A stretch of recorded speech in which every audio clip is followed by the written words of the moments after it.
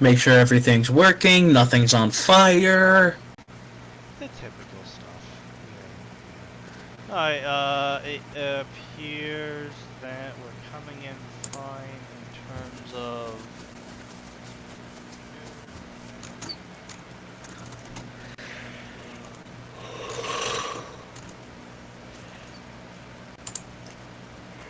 Hello, testing, audio 1, 2. Hello, Well, the stream has yet to go live for me. But that may be a problem on my end, so let me reload the stream here. Your audio's coming in fine, but I'm super fucking quiet. That's a new one. How do I edit you? Audio. Edit me? No, the audio. Like, how do I boost the audio? Cause I can't boost it beyond, like, it's at 0. I can only reduce the audio coming in. I can't boost it. You know? Yeah, have you boosted your mic? Gotta make sure, yeah, I should probably make sure that my mic isn't being fucked around with. You say, as we've seen, programs sometimes are just like, hey, I'm gonna just slide you down. Why are you doing this? Aha! What? Okay, testing 1, 2. Apply, testing. Hello. Okay, so my audio's coming in a bit better on the playback. I was at 50 for some reason on my headset microphone. Let's see, how is the audio coming in through Twitch? Let's see, how is the audio coming in through Twitch? Oh, a lot better, a lot better. Let's see, how is the audio coming in through Twitch? Oh, a lot better, a lot better. Alright, excellent. Okay, looks to be everything is now green. You're a bit loud, so I'll just reduce you through Discord. By the way, you deafened yourself in case you were not aware. For some reason, I'm getting a weird ass. Yeah, I was gonna say. For some reason, I'm getting a weird ass echo. Yeah, I did because I was trying to hear my audio because I wanted to make sure I was coming in fine. Yeah, no, you're coming in fine, yeah. Alright, so that should be everything. Looks like green across the board. As always, welcome to Fanfiction Friday. It's hosted by SneakyDevil, joined by Atin. As the normal, it is the first Friday of the month, so Max Force will not be joining us, as it is also the first Friday of the month. Because for some reason, Max never joins us. Yes, we will be promoting a good fiction. Probably halfway through the stream, so stick around to hear that one. This is if you can stick around for that long, anyway. Yeah, indeed. This is fanfiction. What the hell? God damn it, Twitch! Why do you always change the names of my stuff? I don't know. Oh, I fixed all this shit, and it's just like, hey, we're just gonna... You say right now it says you're playing Minecraft. Yeah, I know. And then it's got, but it's listing praise the game. Yeah. So I'm not sure what Twitch thinks is going on here. Twitch has issues. Okay, let's try this again. All right. Yeah, you have got to turn me down. I am coming in super distorted on the fucking Twitch stream, dude. All right. Yep.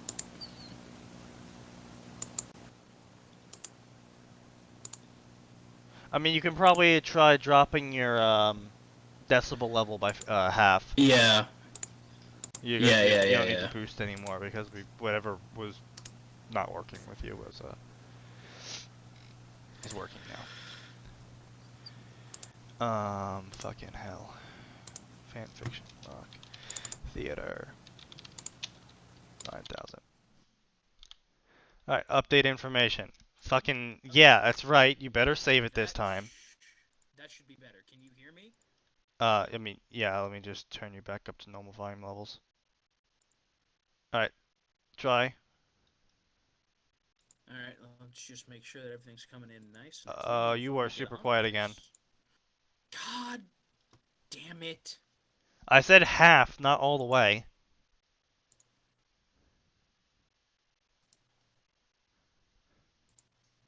So, you know, instead of like 30, just like 20 or 15 or something. Okay, hold on. How's this? Is that better? It's louder.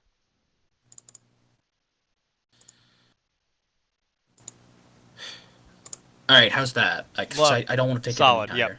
Yep. You're at a normal level now. All right. Let's try this one more time.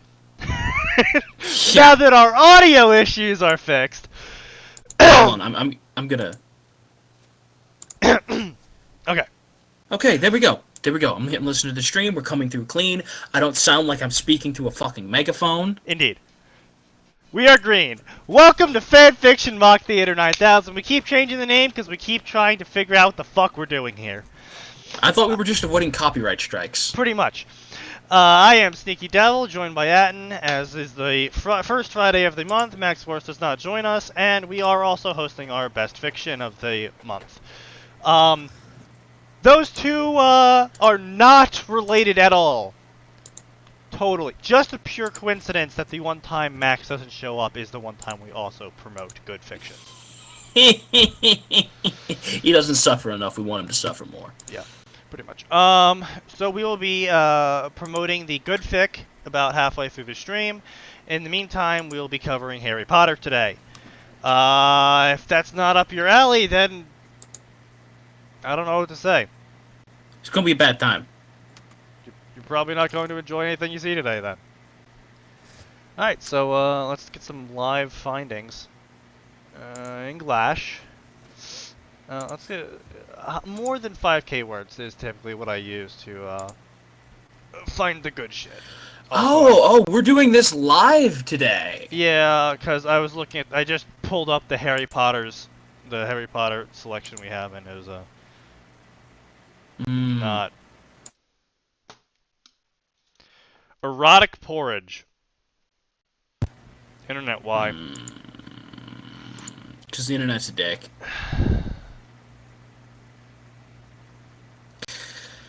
Oh, for God's sake, look at that. The top one. Yeah. The affair. Approaching her 7-year anniversary, Hermione feels less than content. Enter Draco, rated M for a reason. Could that reason possibly be because you shouldn't have it on this site and it should be on adultfanfiction.net? Yeah, I mean, honestly, if you're gonna write some sort of out of marital affair sex scene, that is mature adults only, and that is not proper on this website. We get it, guys. Really, we do. We get it. Some of the websites are really hard to work with. Yeah. But that doesn't matter. Because there's a set of rules. Yeah. By posting on this website, you agree to those rules, and you're breaking those rules, and they have the right to ban you. Ban your account. I was gonna say, and we'd rather your terrible, probably shitty fanfiction get banned than 6 months down the line they decide there's too much schmut and they just start axing everyone. Yep.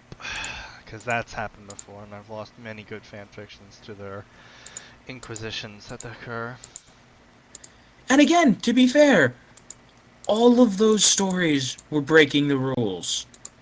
I feel like I also want to add 2 extra filters to my search of no Draco and no Severus, because for some reason the Harry Potter community, the fanfiction community at least, has this obsession with what if Severus Snape wasn't a colossal asshole, a key aspect of his character development?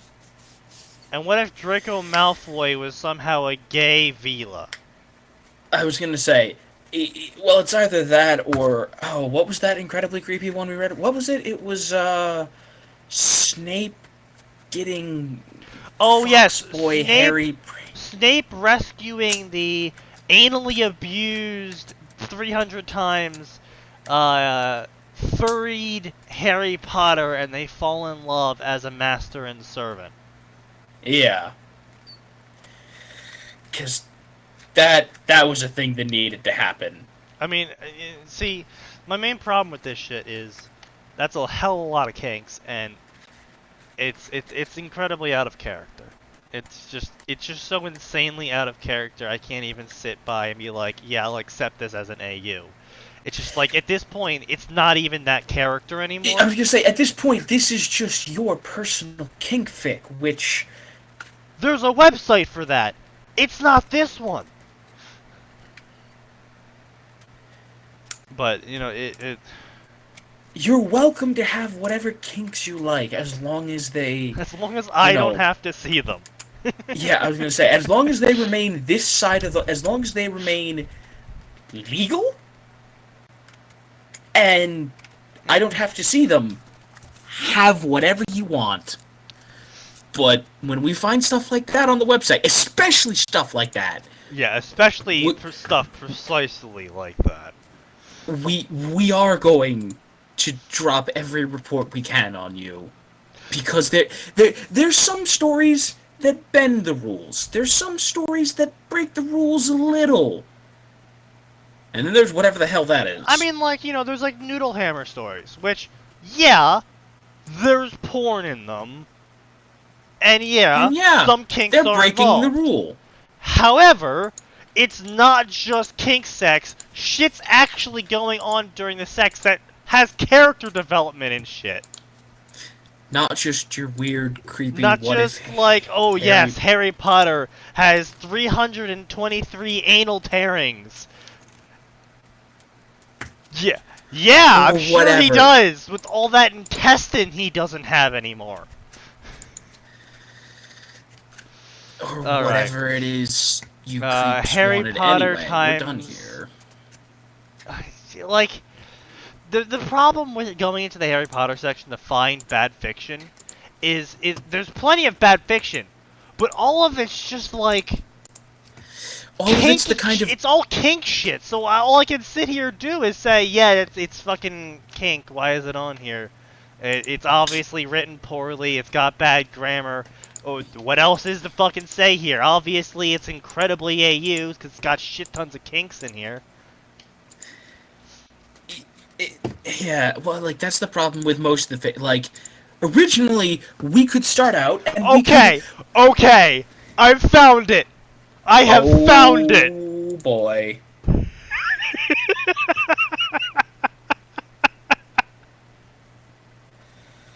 We can't not do this one! Oh, I see what you're hovering over, boy.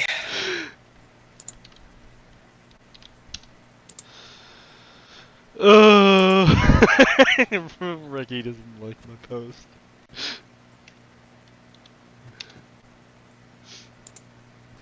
Alright, maybe turn me down a little. It still sounds like I'm coming through pretty loud on the stream, but... Oh my god, what is that author picture? It's an author picture.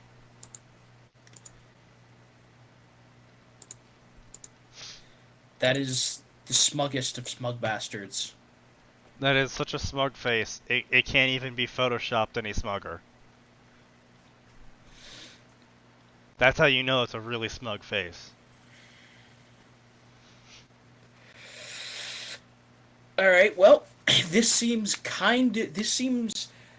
pretty hot. This seems to be leaning a little heavily towards the AU, and certainly some very important stuff. I mean, the description of it's Harry grows up watching anime and fantasizing about having superpowers. When his Hogwarts letter arrives, he jumps at the chance to live the life of a harem protagonist. Not a harem fic. Timeline moved to the modern day. Again, so far, no I've expressed my problem when people change the timeline, because, I mean, it's not just my personal opinion. It is literally the opinion of the author themselves as to why they had the story take place in the time that it did. Because the author herself, during an interview, said, I couldn't have it take place any later because guns were more prevalent. And a gun would kill a wizard easier than anything else, and the whole problem might have been solved by book 2. Yeah, like, I'm sure you have wonderful protection charms, guys, but how well is your protection charm going to work against, say, a combat shotgun. Well, it's not even that. It's like, oh yeah, they have protection charms against launched rocks and arrows and swords and shit like that. Well, I mean, if a fucking 50 caliber bullet enters your head from 5 miles away, there's not much a protection charm's gonna help you with that. Yeah, I was gonna say. Yeah, I was gonna say. Yeah, you also have the like all it takes is one per. Oh look, there's Voldemort standing. First of all, this is just a problem with all the old wizard houses. They're like, oh, we've got this thing charmed 6 ways from Sunday, so put in floor to ceiling windows in the dining room. Well, I mean, it's not only that. It's like, oh yeah, all of our wards will prevent them from entering. It's like, well, that's great. Oh, they don't have to enter. All they have to do is shoot a fucking bullet from 2 miles away, and boom, you're dead. Because, the upper half of your body is now jelly. And again, it's the kind of thing like, oops, I was, I missed by a quarter of an inch to the left. Unfortunately, overpressure still turned his brain into jelly. Yeah. It just didn't make a mess. I mean, it's gonna make a mess still, but... Less of a mess, you know what I mean. Yeah, I know what you mean.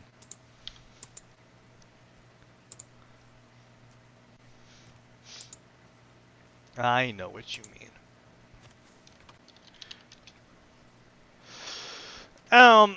Yeah, so, I mean, that is the main problem with moving it into a more modern era. I mean, obviously, Noodlehammer does. And he does make reference to that, actually. I'm going to promote Noodlehammer a bit here, because I'm going to use an example from his story. So Harry Potter finds out about magic, right? Finds out about arithmancy, is like, arithmancy? That's like fucking code and math and shit.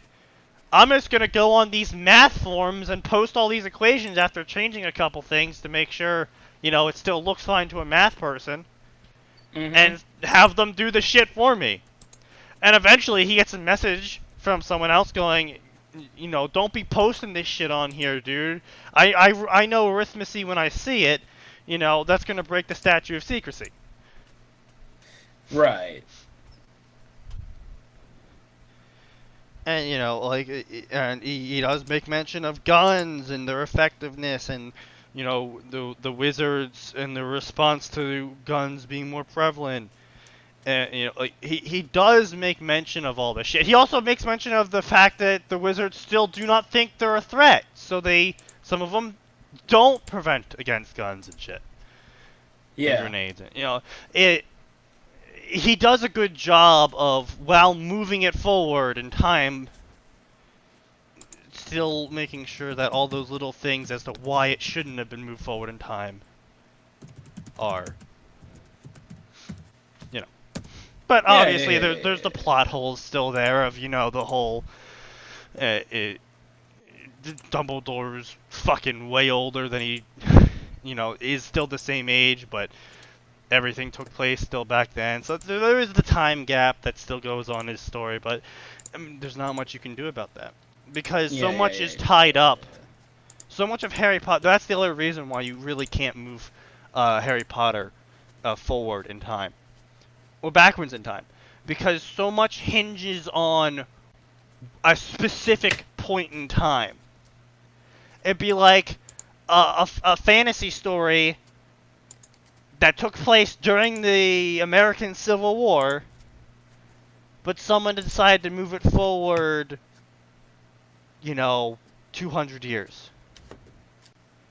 Okay, well, or even 100 years. Like, okay, well, there's going to be a problem there, because all the characters are the way they are because it's during the Civil War.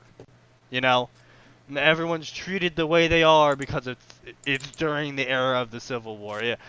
Yeah. Like, there's so much of the Harry Potter verse in terms of the important characters that are tied up with World War II and the events of World War II and the magical side of the events. That moving it forward, now suddenly Dumbledore's 40 years older, and that's a big difference. Especially when you're already like 110. I was gonna say, a 40-year-old guy or like 100. I'm sorry, what did you say he was? He's like 110 by the time the story starts or something. Like, Yeah. if you move the time forward, now he's like 140. And that's a huge difference. Oh yeah, no, it's a massive deal. Yeah. And now, I mean, not only that, you could, but the problem there is the whole Voldemort uprising originally being squashed thing only worked the way it did the first time around was because they were just coming off the war. Dumbledore still had his contacts. The people that he were, the Order of Phoenix was still somewhat combat ready to fight back. He was still considered at the height of his power. Like all this shit going on that set the Harry Potter verse to start the way it did in the books. And if you move that time base forward, if you're like, okay, well, nothing happened for 20 years, and then Voldemort's thing started, and then it got squashed, and now we're at the beginning of Harry Potter. Well, that changes things. Yeah. So, while I will typically overlook jumping forward in time if you do it properly, it's not something I recommend because it leaves a lot of plot holes that's just a pain in the ass to cover up. So unless your story hinges on it being in the future, like this story does because of anime, unless it hinges on being in the future, don't change the time period. Yeah. Now, I'll say this. I think there's a compromise the author could have gone for. Where rather than moving it to the present day, they could have moved it forward 20, 30, maybe even 40 years. Well, I mean, the story takes place, the beginning of Harry Potter takes place 91. Because he was born in like 83 or something. Yeah. Or 81 or something. But I mean, so it's still moving it forward by 26 years. Yeah. But still, like, if they just had it so that he started attending Hogwarts in, say, I don't know, like the early 2000s. Yeah. You could just moving it ahead 9 years. Yeah, I'm just saying, like if they'd only moved it ahead like 9 years or so, you could still fit this plot point in. But definitely the early 2000s was like when anime really started kicking it off in, Britain and America and just Western countries. I was gonna say I can't speak for other countries, but certainly the early 2000s was when it began kicking off in America. Well, I mean the U.S., because of its relationship with Japan post World War II, was typically the first receiver of anime when it moved to the West. Yeah. Well, I was gonna say because I remember. Yeah, I was too young for this, but I was too young to personally do this. But I have a lot of friends who were at most 2 years older than me. They were my brother's age. Who they talked about going online to find fan translations or going online to these confusing as hell Japanese websites and finding your way to buying VHS copies of the sub you wanted. Yeah, exactly. Yeah. Like, okay, I'm pretty sure I found what I want, and I'm pretty sure that this is actually it, and not some weird creepy porn, and that it's an official subtitle, and I think I'm gonna pay them now, or possibly sell my soul. I can't read what I'm signing. Yeah. Because Google Translate didn't exist back then. Google Translate did, in fact, not exist back then. So if you went to a Russian website or a Japanese website, you're like, I don't know where I am. But I'm confused. Yeah. But anyway, like I was saying, just moving it forward, even just 9 years or so, you could still slide by with a lot of what's in the story. Yeah, that's the other thing we've touched on before. Is as you get progressively closer to modern era, technology exponentially increases. Like fucking phones in the 2000s, like, that was the Nokia brick, you know? Oh, no. The 2000s, dude? Come on. We didn't even have the Nokia brick. No, dude, Nokia brick was 2000. Was it? I was gonna say, because I'm trying to remember, because... Yeah, I guess 2000 would have been the start of the Nokia brick, because that... Yeah. That was the start Yeah. of the meme.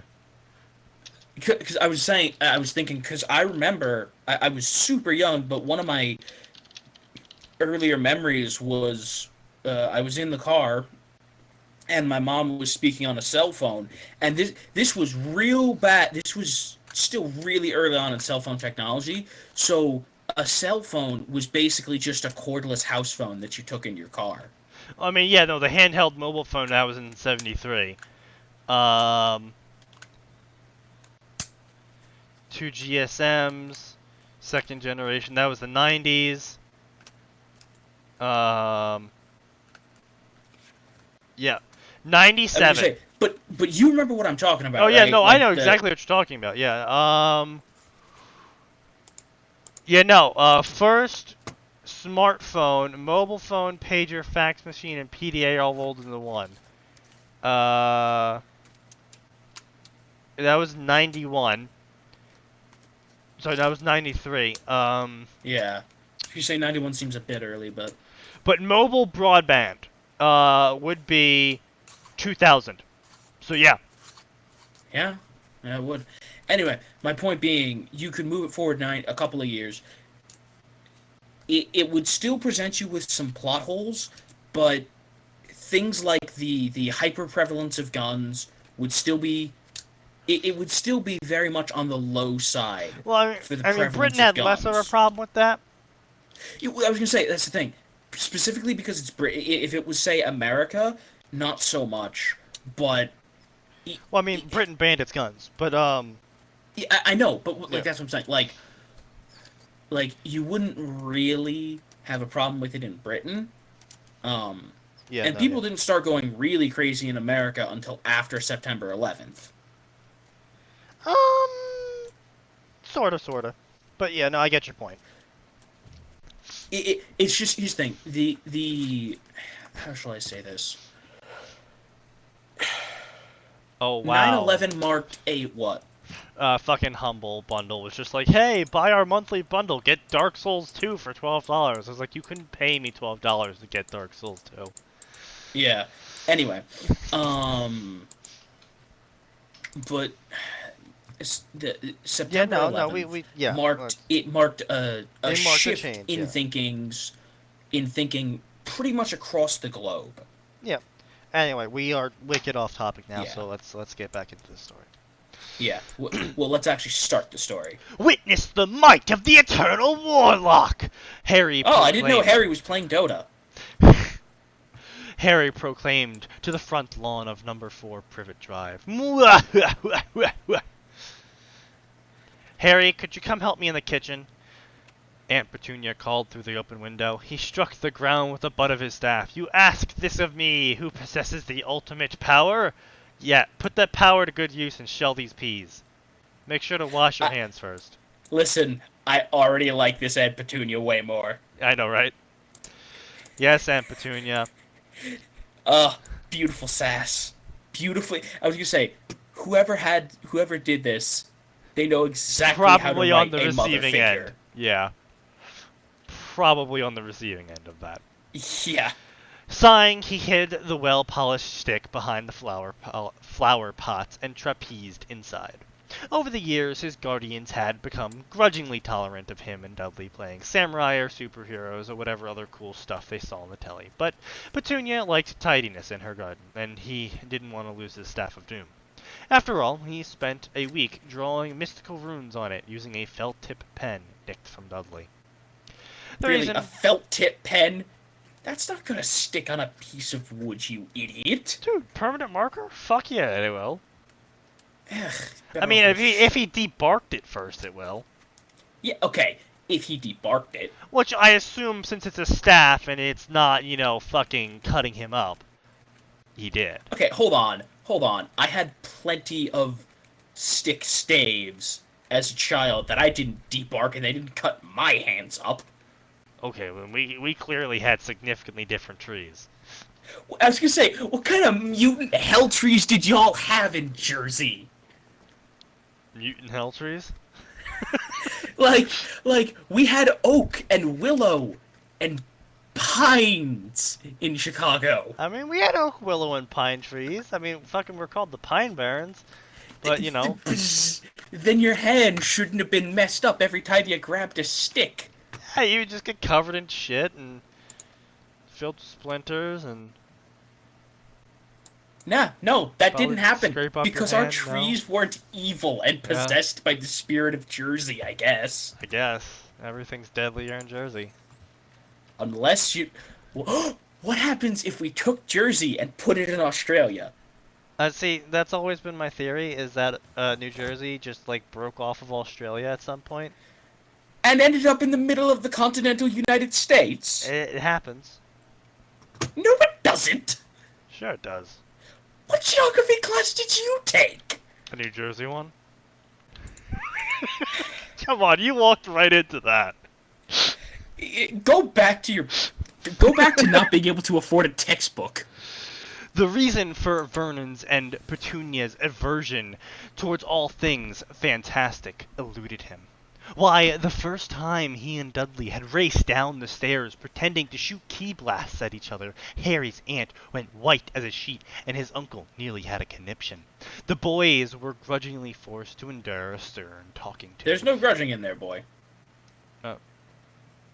The boys were forced to endure a stern talking to. Oh, sorry, that was the next line.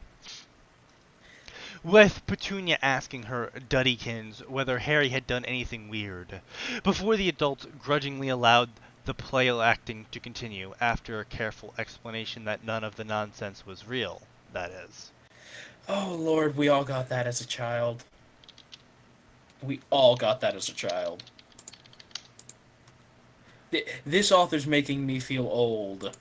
You know none of this 20... is real, right? Yes, I'm aware that I can't freaking stomp around in a giant robot and shoot people from Mars. Yes, Yet, but our future anime will become real. Thank you, giant robot fights. Okay, listen. That's gonna be the highlight of my summer if they ever actually do it. Oh, that's oh boy. Wow,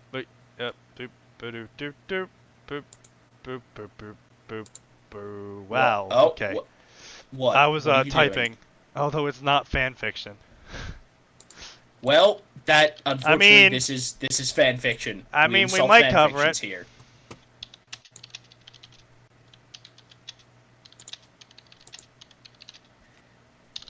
Feel free.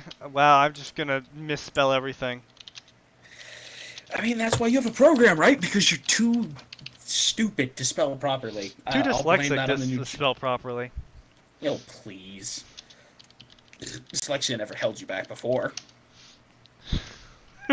Well, now that you mention it. Nah, I'm just kidding. Maybe. Okay. Anyway, Yeah. on with the show. Vernon still grumbled about that thorn rubbish rotting their brains whenever he spotted the cousins watching Dragon Ball, but Dudley was rarely denied anything, and it would have been hypocritical of his parents to permit only one of the boys to enjoy their favorite animated series. A classmate Harry had confided in guessed the Dursleys were ultra-religious. He said his cousin from the countryside was forbidden from watching any TV or reading any comics or books not approved by his parents, for they were filled with words of the devil. Oh, I'm sorry. Okay, look, I had parents that were religious, too. And did your parents say you can't read Harry Potter because it contains the work of the devil? Yes, actually. Well then, thank you for proving my point. I was about to say, however, when they were presented with clear, rational arguments and not hysteria, everything was fine. Yeah, well, that didn't work for Max, now did it? I was gonna say, they were convinced Pokemon was evil until I showed them Pokemon. And they're like, oh, you know what? This is. Listen, if. Essentially, it boiled down to if this is the work of the devil, it's too subtle to affect you anyway. Wow. Wow. What?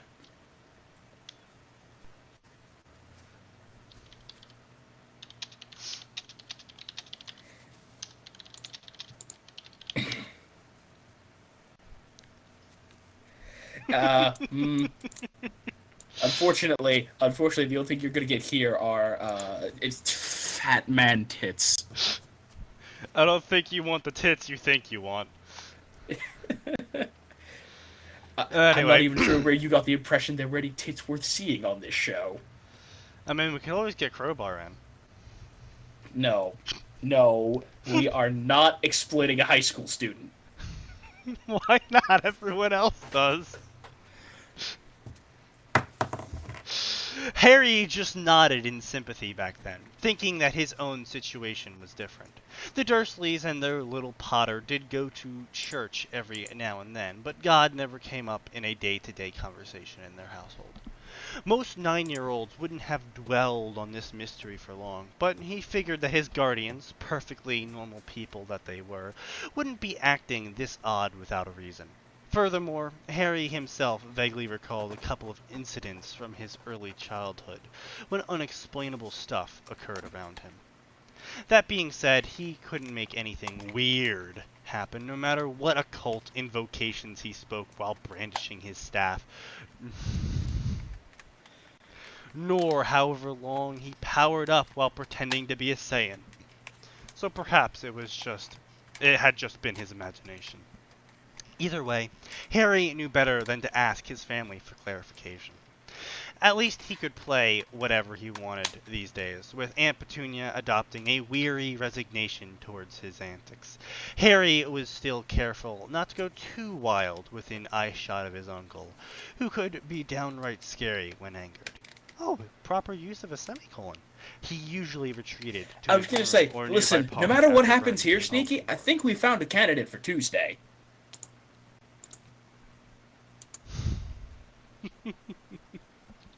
Yeah, no, this is definitely a candidate for Tuesday, unless... I was going to say...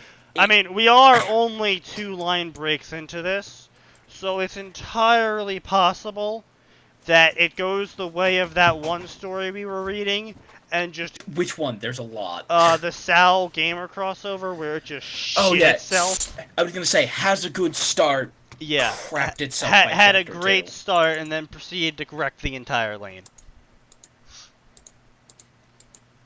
But I mean, so far, I mean, I was gonna say, ignoring the plot holes in the obvious AU, the plot holes are easily ignorable, as they aren't going to be impacting the story too much unless the author does something with them. You know, so far, I was gonna say, so far, solid premise. It avoids the oft fallen into fanfiction trap of portraying the Dursleys as, like, basically Satan. As child rapists who give him 323 anal tearings. Oh, we're not talking about that. We're not talking about that story anymore. Anyway, but like I said, leaving that aside, you know, they aren't all beating Harry or it's not like some underfeeding sort of... him. Well, I mean, they did underfeed him in canon. Yeah, okay, I know. But not like starving him for months on end. Yeah, that's what I meant. Not like a criminal amount of, like, certainly a cruel amount of starvation, but nothing life-threatening. Yeah, obviously. And there's not any excessive... And we've already seen the author's declaration that it's not going to be a harem fic, so it's going to be doing that whole attempting to harem but can't cliche, breaking of cliche thing. I was going to say, which is fine. I mean, I'm interested to see how he goes about doing that. Yeah. But, let's continue. Yeah. Oi! I can't do a proper British. No. Cuz I got homework that needs doing. Dudley said, blocking the corridor with his meaty arm. Get on with it then, Harry shot back. I'll give you my pocket money, Dudley offered, jingling the coins in his fist. Harry stared at him with distrust. Money first, or you'll just forget again. Heh, whatever, I'll just ask Mum for more. I was gonna say, see, this right here, this is some really, really good writing. Yeah, no, this is actually like I want to take him like even better than the original author herself did. Like I want to take a moment to break this down. Yeah, no, it's a lot better. See, the problem J.K. Rowling had is she had a very black-white way of writing characters. If they were evil, they were just every form of despicable, and if they were good, they were just like the paragons of virtue. Rainbows. Yeah, and I mean, you can see that with how she writes Ron when he's the minor antagonist. Like he's just like everything's terrible with him when he's the minor antagonist, but when he turns back towards being on Harry's side, suddenly, like, he can do no wrong once more. I mean, it was written the way it was written for the age demographic it was aimed at. Yeah. You know, as we became older, we are able to, well, most people like you and me were already kind of like, I don't think that's quite right. People aren't just evil or good, but, Whatever. Like, yeah. But just to break down what the author is actually doing here that's so good, you have Dudley very casually forcing Harry to do his homework. Even if Harry's getting a quote-unquote reward out of it, it's established that this happens a lot, and that equally often amount of the time, Dudley doesn't reward him for it. Yeah. And it's revealed, and we are also told that, again, none of this is explicitly said. This is all just very masterfully implied, that Dudley doesn't actually care. He doesn't care if Harry gets rewarded or not. He doesn't care if Harry, tricks or forces or whatever his way into a reward, because it's immaterial to him, because as he says in the next line, I'll just ask Mum for more. Yeah. So we established that Dudley treats often Harry poorly. Dudley often has Harry do his homework. Harry tries to get a reward from him, got burned the first couple times because Dudley said he would give Harry the money, but then didn't after he got the homework back. And so now Harry always asks for the money first, but Dudley really in the end doesn't care that much about giving Harry the money because he already has a source of money. I was going to say, and this tells us, again, without saying anything explicitly, without going, the Dursleys were mean people who liked their biological son better than this one they're forced to care for. Bullying thing and more of a pressure. Less of I'm going to beat you up if you don't do my homework, and more of a, implied threat, but without saying it. All of which presents the image of what, at least I think, Rowling was trying to do, which was of a uncomfortable and poor home life, but not bad, not awful, edgy, not bad, unlivable. Yeah. Certainly, is it bad and unfortunate? Yes, but is it something that would cause, terrible psychological damage or make him a... I would say there might be some slight damage from that, from the treatment. Some, but the most it would do is make him cynical. Indeed, yeah. I was going to say, and if the author so chooses to, within the story, they've now established a way to make Harry a more cynical, more weeb, worldly-minded, I guess I want to say. Weeb. Yeah, to some extent, yeah. Anyway, Accepting the coins and Dudley's exercise book, Harry proceeded into his room. This was a frequent occurrence lately, and he suspected his help was the only reason his cousin was maintaining his mediocre grades. Dudley had lost any motivation for schoolwork and spent all of his time in the company of the school's most notorious bullies. He'd also grown to be nearly twice Harry's size, in width if not height, which came in handy when extorting lunch money. Owing to the familial relation, Harry was never a target of Dudley's gang, but the boys never talked in public anymore.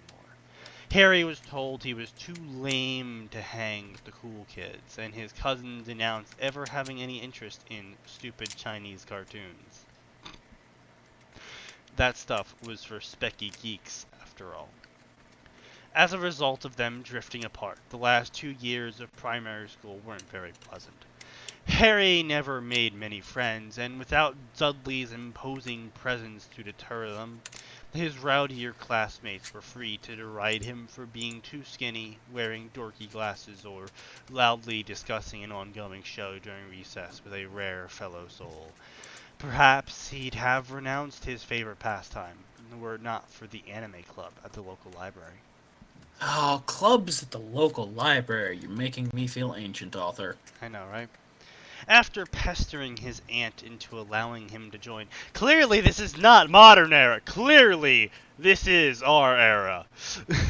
So it doesn't look to be like that much forward into the future as we thought. Like not 2016, but more like 2000. I was gonna say, yeah. I mean, there's an actual club. I would say it's probably closer to like 2004, 2005. But well, still. Keep in mind he grew up on DBZ. So I would think maybe he grew up on DBZ. I would say maybe let's see, finishing primary, so that's what, 5th grade, 6th grade? I don't know, hold on, let me look something up here.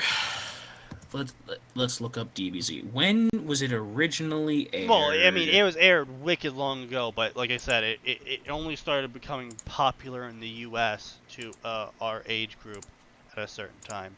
Specifically, Toonami. True. And like obviously I knew it was aired wicked long ago, but still. But the main thing is though I think he did exactly what we were saying, in that he only moved it forward enough years for anime to become more prevalent, and not in the way we thought of 26 years.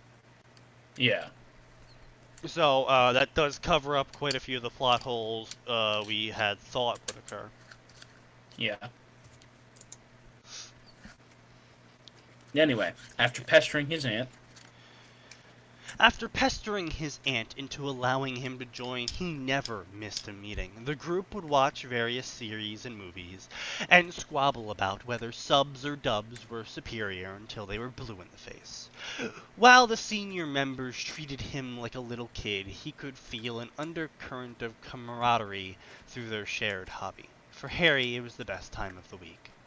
Their de facto leader was Brandon, a chubby teenager who peppered his speech with Japanese words and butted heads with anyone who dared disagree with his opinions. We all knew a Brandon. The others considered him obnoxious, but Harry didn't mind him much, even though he did insist on calling Harry a kohai and ridicule all of his childhood's favorite series. Brandon was always eager to teach him a new term, and he also brought in the most interesting shows. It was here in the library that Harry's life was forever changed. It's after hours, and you know what that means, gentlemen, Brandon said, glancing at his watch. Oh, for God's sake, I read ahead. Oh, for God's sake. Oh, boy. We lock the room, turn the kitty garbage off, and put on some quality entertainment. I got something amazing this time. The uncensored Hot Springs episode alone is a masterpiece.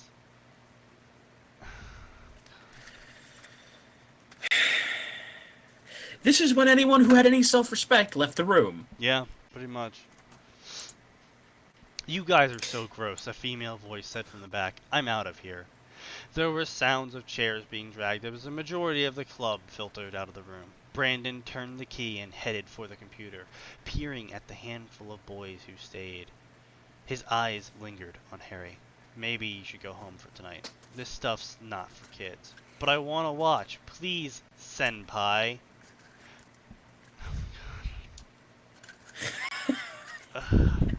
Hitting a little too close to home, Sneaky? No. I never wanted to be in these positions, man. I never wanted to be in these positions. So it is hitting a little too close to home. I never asked for this. Doesn't matter if you asked for it. No, it actually really does. I never asked for that. Come on, keep going. Brandon's pudgy face colored slightly. That was the first time Harry had used the word despite all his previous attempts to get the younger boy to call him that. Harry's pulling strings. Are we going to see a more manipulative Harry who doesn't get, jerked around by Dumbledore's puppet strings of doom? No, we're going to see Weeb. Come on, dude. Yeah, I know. Fine, just don't tell anybody. You didn't bring porn, did you? Another teen asked. It's nothing but healthy fan service. It's porn. That is a lie, boy. It's porn. Brandon scratched his pimply chin and began fiddling with the PC. Don't fret, it aired on TV in Japan. Although how they got away with showing this, I have no idea. Living there must be awesome. I will say this. A thing. There we go. I was gonna say, I will say this. I don't necessarily know because we don't have quite the same objective frame of reference. Because in America, this is something that's often been noted by many people. America is way more protective about sex than pretty much most first world countries. Well, I mean, we were founded by the fucking Puritans. I'm not saying there's not a good reason for it. I'm saying we are. Yeah, I know. But America's much looser about the violence that gets shown. So stuff that might be considered, say, PG in America might be considered PG-13 or higher in another country. Similarly, not Japan though. They don't care in Japan. No, they don't. Similarly, something that might get, say, a PG-13 rating for nudity over in, say, Britain might get, or something might get a PG rating in Britain, might get PG-13 in America. Obviously, they use different systems. Well, I mean, considering that Britain bans everything but the softness of core porn. Okay. It's a bad example now, but back in the 2000s, the early 2000s... I get you, yeah. Anyway, let's move on. Harry gazed at the projector screen with bated breath. Spelled baited wrong. Caught up in the riveting story of an average teenager who discovered he had a hidden power, transferred to a special school, and inexplicably ended up living with a bunch of cute girls. See, I couldn't even pinpoint the anime. Oh, no, of course you can't pinpoint it anime. They've made it just generic enough. Salacious shenanigans, like the main character walking in on the girl getting changed, or tripping and accidentally groping her chest, had him blushing, and he was glad the lights in the room were off. Guys, what is this kind of show called? Oh, good lord, Harry. Indeed. Harry asked in what he hoped was a nonchalant tone of voice. Yeah, oh, by the way, Sneaky, no, he didn't spell baited wrong. Really? That spelling of baited is a legitimate spelling, specifically for bated breath. Okay, then. In great suspense, very anxiously or excitedly. Alright then. Good for the author. You learn something new every day. That's been your grammar lesson for the day, folks. More like spelling. A harem, he replied wistfully, now watching the protagonist receive scrumptious lunchboxes from 3 different girls. Man, you can tell anime was written by a bunch of lonely nerds. Yeah. Continue. Harry's own school lunches were bland and soggy, and Aunt Petunia's fad diets were even worse. I think I'd like one of those. Scattered laughter greeted his words. It's every man's dream, Brandon said solemnly. Unfortunately, that's something that can only exist in the pure world of 2D. Harry nodded thoughtfully. This anime was nothing like he'd ever seen before, yeah. and he had to have more. His aunt had promised to buy him his own computer if he continued getting good marks at school. If he was allowed to keep the machine in his room, perhaps he could use it to look up those sorts of things, with the Dursleys being none the wiser. Just because they're getting you a computer, Harry, doesn't mean you're going to have the internet.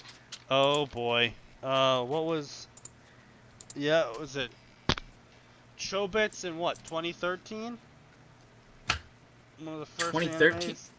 One of the first animes I was ever introduced to, yeah. Ghost in the Shell, Chobits.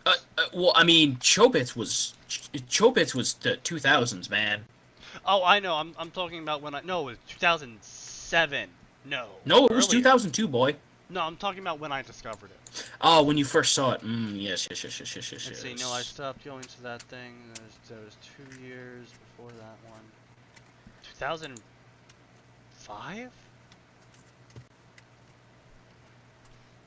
It was before Mass Effect. Yeah. Anyway. No, I'm trying to remember when Mass Effect was 2007. So, yeah, it was either 4th or 5th grade when I first watched Chobits, and I was just like, oh boy! Did not see this coming from that, from the cover. Because, you know, I was in a bookstore and I saw the cover and I was like, oh, that's an interesting thing. What the hell is Chobits? So I went to go look it up online. Oh, yeah. Well, I remember... there was an animation for it, and I was just like, oh, I'll watch this. This is not what I've seen before! Well, what did you think it was when you started it? I don't know. Probably something sort of like, Ghost in the Machine. Oh, Ghost in the Shell, you mean? Ghost in the Shell, yeah. Yeah. Yeah. I mean, it did get a little Ghost in the Shell. Not in terms of action, obviously.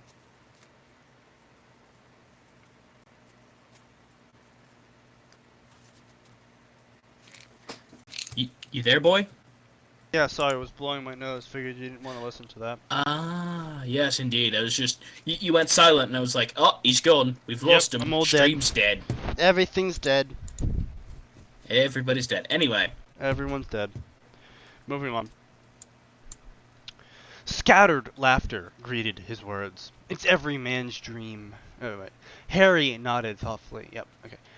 Club aside, Harry's most life-altering event happened during dinner with his family prior to his 11th birthday. A sharp crack sounded somewhere in the street, causing Petunia to drop her fork with a clatter. She clasped it again and stilled, fingers whitening with tension, then relaxing as the silence outside stretched on. Then the doorbell rang, and Petunia nearly jumped. Why did you change our doorbell to that? Nearly jumped out of her chair, obvious to her wife's distress. Oh, sorry, oblivious. Vernon raised his head from his meal and stood with a grunt. Harry followed his uncle with his eyes, curious about what a visitor could be calling this late. Good evening, Mr. Dursley. My name is Minerva McGonagall. I am a deputy headmistress at... We don't need whatever it is you're selling. His voice faltered. Vernon! Petunia rushed to the door. Vernon, she's one of them! I can bloody well see that! Harry glanced at Dudley, but his cousin... I feel like that... this is just me personally. I feel like that would have sounded more annoyed, but... Yeah, more annoyed at Petunia than McGonagall. Like, yes, thank you. I can see it's a wizard, Petunia. Thank you. But his cousin obviously had no more an idea of who they were than he himself did. Taking care not to scrape his chair against the tiled floor, he stood and tiptoed towards the kitchen door. From that spot, McGonagall's crisp voice could be heard clearly. "Mrs. Dursley, it's good to see you in such high spirits. May I come in? We have things to discuss." There were heated whispers that Harry couldn't make out before the front door banged shut. Petunia hurried back into the kitchen, her face paler than he'd ever seen. "Dudley, go play upstairs. Harry, living room, now."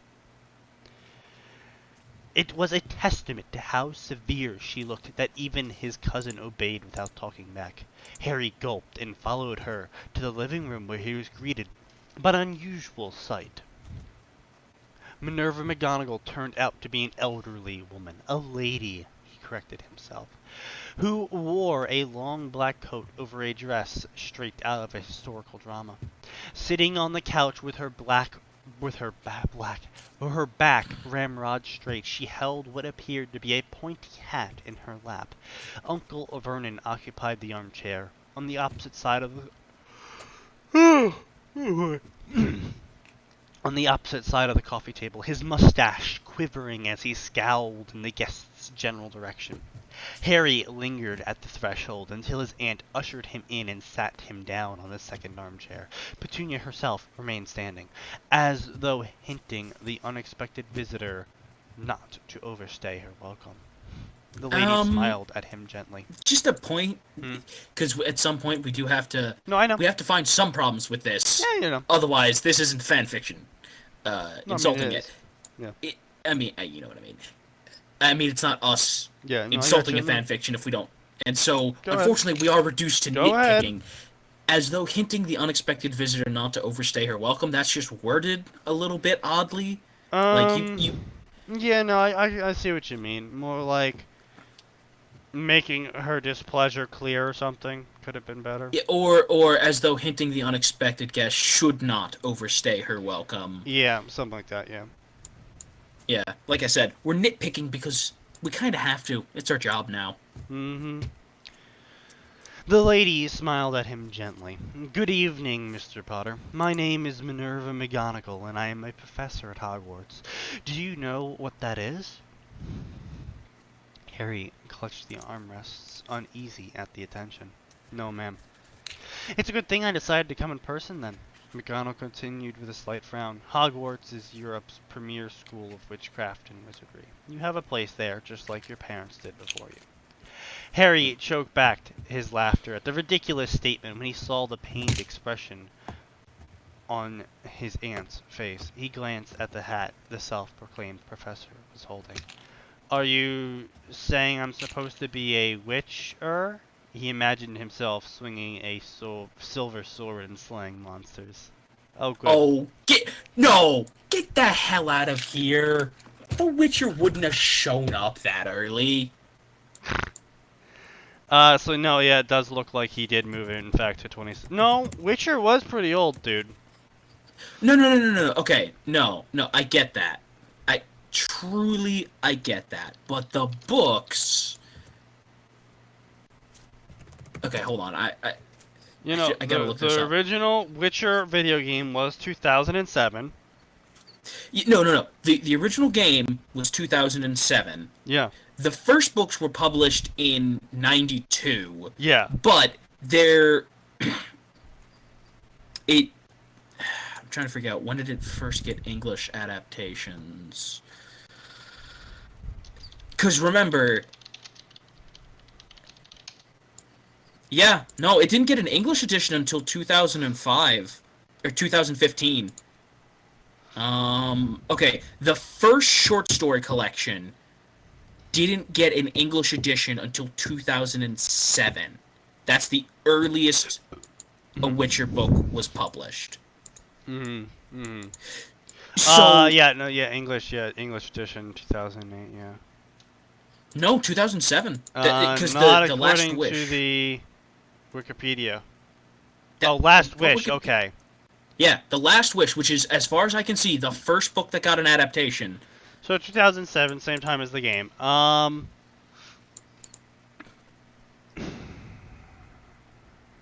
Yeah, I could see that would be a problem then. Um.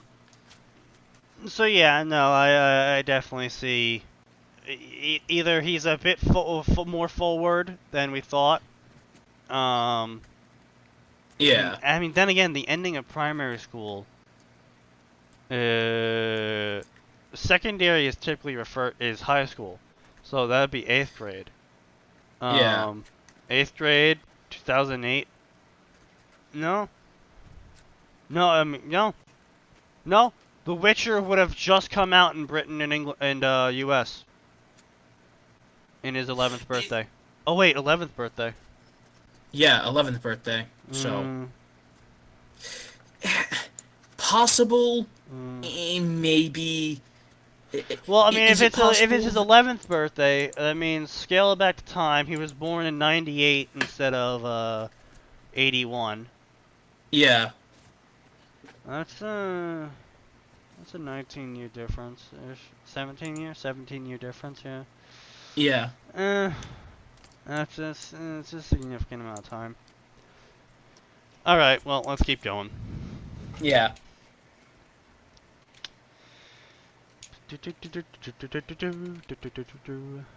Women are witches, Mr. Potter. You, on Yep. the other hand, are very much a wizard. Indeed. He leaned forward eagerly. You mean I'll be able to do magic and wear a pointy hat and everything? McGonagall smiled, stroking the brim of her iconic headwear. Why, certainly. The hat is a part of the Hogwarts uniform and is worn on formal occasions. As to your first question, that is what the school is for. She paused, glancing at the Dursleys. Muggle parents often require a demonstration before they're convinced this is not a practical joke of some kind, but I'm not sure it's necessary in this case. Harry bounced in his seat. Oh, please, he uttered before his guardians could protest. Very well.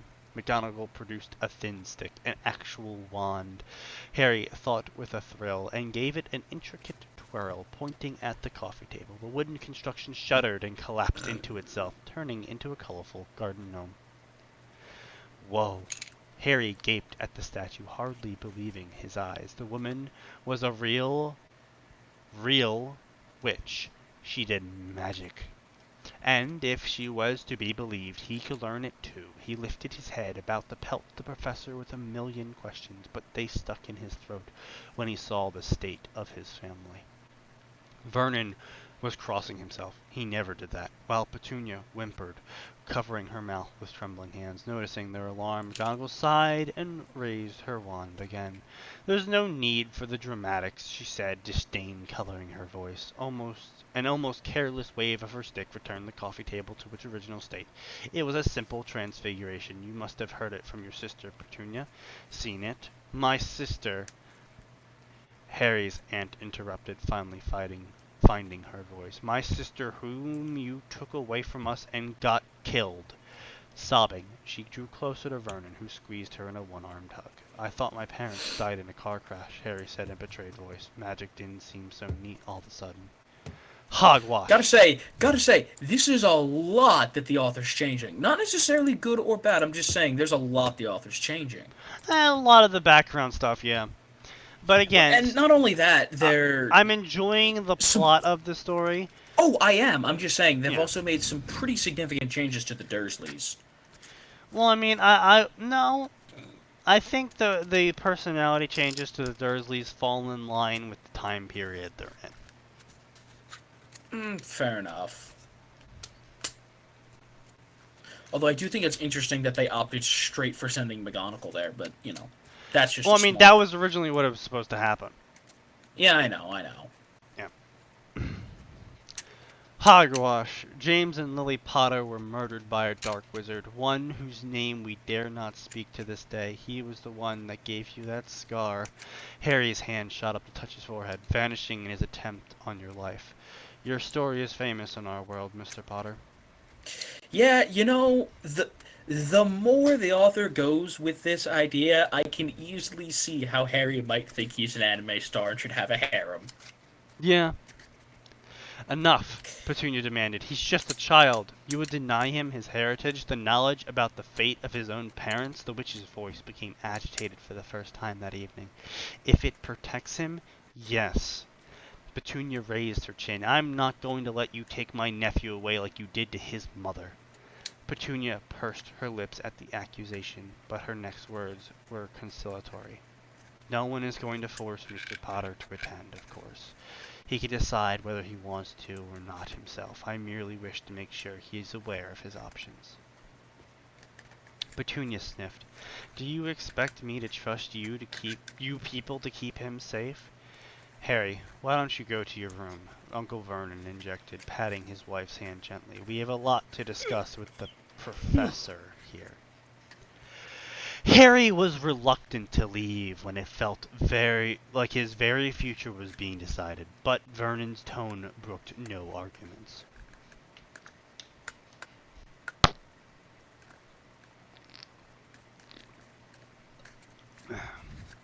He nodded and left, closing the door behind him, wincing when the voices of the three adults quickly rose in volume and pitch. Knowing full well how much the Dursleys valued obedience, he didn't loiter outside the door, but went up the stairs and began preparing for bed. Dudley's incessant questions were deflected on autopilot as his mind reeled from with all he learned. He was a wizard. He was capable of doing magic, except it wasn't all in fun and games. His parents, who apparently had been magical as well, had been murdered. Even when he lay down in bed, his thoughts kept him awake. He felt a pang of anger at his guardians for never telling him the truth, but then he remembered how scared Aunt Petunia had been at the prospect of McGonagall taking him away. He'd always felt he had to work harder than Dudley to gain his family's approval. Not that he'd ever voiced the complaint.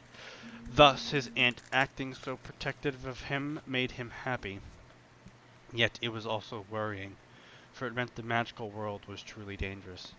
Well, hopefully less dangerous now that the bad guy was gone. Magical world, Harry whispered, his eyes wide open, yet seeing mysterious castles, wondrous creatures, and ancient forests rather than the familiar darkness of his bedroom. It wasn't much of a choice, was it? He'd been fascinated with fantasy worlds for most of his short life, and was just told that one actually existed.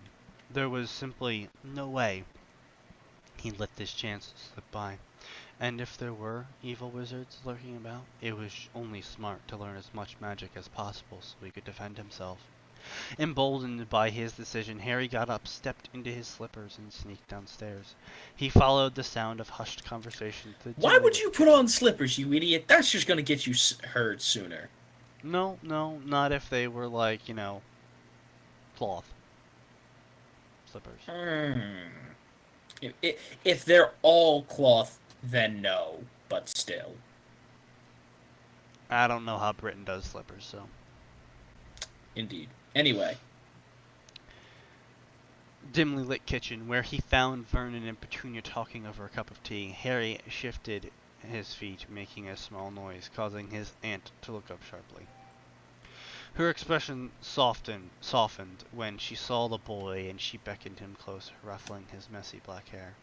Has that McGonagall lady left? He asked quietly. Petunia pursed her lips. Yes, and not a moment too soon. All those things she said, they were true, weren't they? They were, she said with a sigh. I'm sorry, Harry blurted out after a short silence, for being a wizard. Vernon and Petunia exchanged uncomfortable glances. It's not your fault, son, Vernon said gruffly. You can't help it, being born this way. Jeez, these are some real accepting Dursleys, and I like it this way. Again, I mean the time period, dude. No, I wasn't complaining about the I jank. know, I was just saying. I'm just saying, Yeah, it's... I just felt it is something that needs to be remarked upon. Yeah, that's true.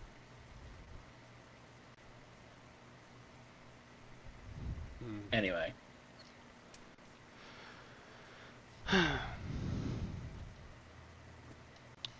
Petunia nodded and patted Harry on the head. Do you even want to go to that madhouse of a school? The witch swore it was safe, but her disgusted expression clearly showed what she thought of McGonagall's promises.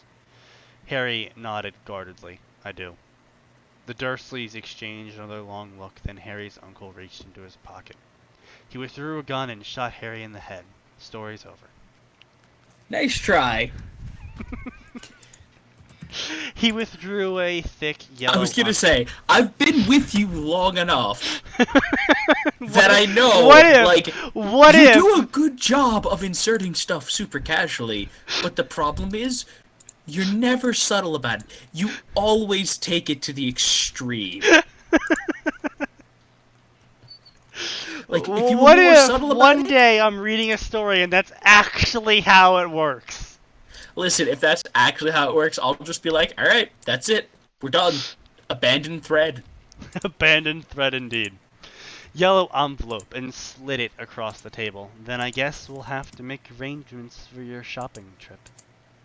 Harry beamed, his genuine happiness lighting up even the somber expressions on the Dursleys' faces. Alright, so we are close to the end, and then we can move on. And we'll definitely be putting this down for next Tuesday. Yeah, no, definitely. I might pick this up myself, probably after next Tuesday, but we'll see. I was gonna say, I will definitely be picking this up myself. Harry eyed the shabby storefront with suspicion. It didn't look like much, but it was the only place to get a wand, Hagrid had said. He pushed the door open and stepped inside, the noises of Diagon Alley fading as he crossed the threshold. He gasped when his eyes adjusted to the dim lighting. The shop was much larger than its exterior suggested, with rows upon rows of dusty shelves extending into infinity. Trying to figure out where they ended was making him dizzy. Wands. Lots of wands, he murmured. Very astute, Mr. Potter. A reedy voice spoke from behind him. Harry whirled around to find a white-haired man watching him with startlingly pale eyes. Good afternoon and welcome. I was wondering when you'd show up. Hello, sir, Harry said, a little freaked out. The man had known who he was without even seeing the infamous scar. I'd like to buy your first wand, of course. How the time flies. It seems only yesterday your parents were here to purchase theirs. 10¼ inches willow for your mother. 11 inches mahogany for your father. Both well suited to their particular talents.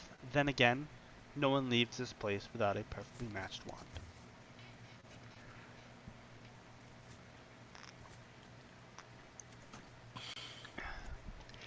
Harry considered the seemingly endless stock and gulped. The wand maker led him towards the counter, then disappeared between the shelves as though swallowed by the darkness. He came back carrying a large stack of boxes in his arms. Shall we begin, Mr. Potter? Simply take the wand and give it a go, Ollivander explained, dumping the cases on the counter. Here, maple and unicorn hair, 7½ inches, nice and springy. Now, this is something I never understood. Why does Ollivander, why would he go into stuff about what's in the wand and how long it is? Like, Harry's not going to know that. It's all for show, you know? I mean, yeah, I suppose. But still, it's like one of those things. Like, man, you could tell him it was made from pipe cleaner and glitter dust. He wouldn't know. Well, I think the main thing is that it might be a habit from selling to wizards, normally. You know, like, oh, this is what's in your wand, and the whole pedigree thing behind, you know, my wand has blank in it, or it's made out of blank, etc., etc. That probably might bring up.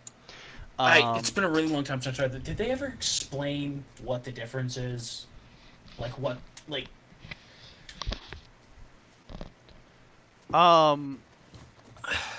Sort of. There's the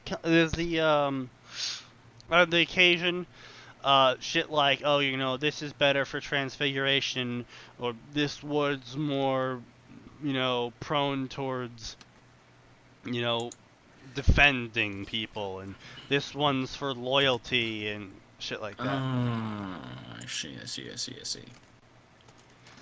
So it's kind of like a personality quiz, I suppose you could say. But it casts magic and kills people. Right.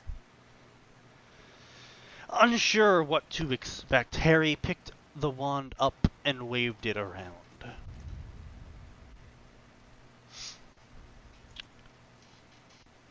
The shopkeeper snatched it back almost instantly, muttering something under his breath, then thrust another one at him. Ebony and phoenix feather. An unusual combination, but very effective and capable hands. Give it a try. Harry pouted when his hands didn't appear to be capable, but Ollivander had another suggestion already. Dogwood and unicorn hair, exactly 10 inches. Oh dear. The wand made a loud ripping noise, and Harry let go in surprise. While embarrassed, he was still heartened to get a reaction. He had been starting to think he had no talent for wizardry at all. The next wand was pine and dragon heartstring, and for the first time, Harry felt a pleasant warmth emanate from the wood. When Ollivander extended his hand, he was reluctant to give it back. Nothing escaped the wandmaker's silvery eyes. You seem to have an affinity for pine, Mr. Potter. A bit of a loner, are you? Harry ducked his head bashfully. When he raised it again, he saw Ollivander was off to bring more boxes. 5 pinewood wands were tried and rejected, Ollivander making thoughtful noises as they went through the stock. He then reached into a pile on the counter and withdrew a particularly dusty box. Red pine, 12 inches, rather stiff, dragon core. One of my less popular variants. Harry looked at Ollivander in askance, but picked it up. When his fingers gripped the smooth handle, an electrifying tingle shot up his arm, filling his body with heat. He gave the wand a broad sweep, shooting out multicolored sparks that lingered in the air. Mwahaha, he laughed, feeling heady and energized. Tremble before my power. I am quaking in my boots, Ollivander said dryly. I was gonna say, Ollivander's seen that all before. He's Bringing like, him back to Earth. yes. I knew this wand would find its master one day. Alas, not many wizards acquiesce to a core of a splinter from a dragon's baculum.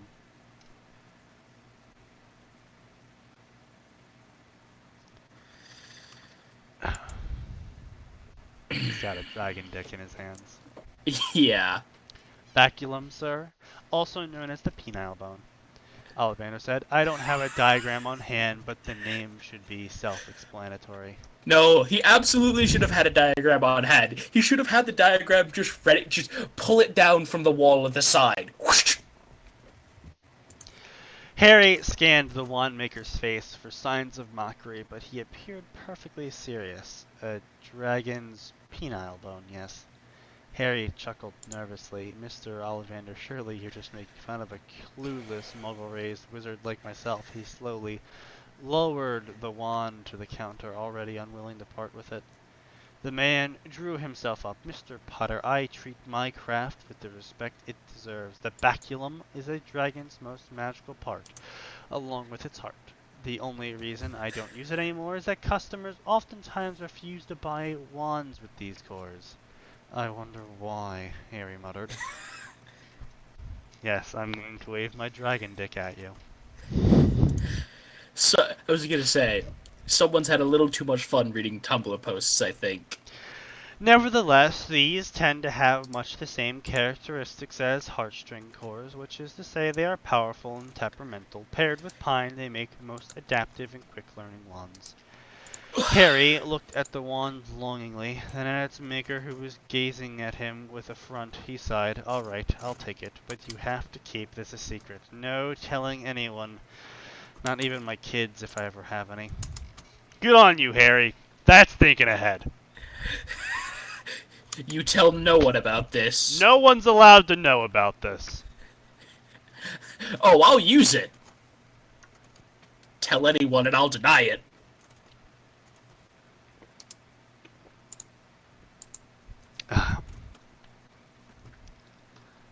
Harry left Ollivander's and looked around, quickly locating his towering companion. Hagrid's enormous stride soon brought him to his charge, and he beamed at the boy, immensely pleased with himself. His shovel-like hands cradled... That's the first time I've ever heard Hagrid described like this. I was gonna say, these are some interesting Hagrid descriptions. Cradled a round cage with a large white bird inside. Ain't she a beauty? More like Inchy a Butte, but that's just me nitpicking.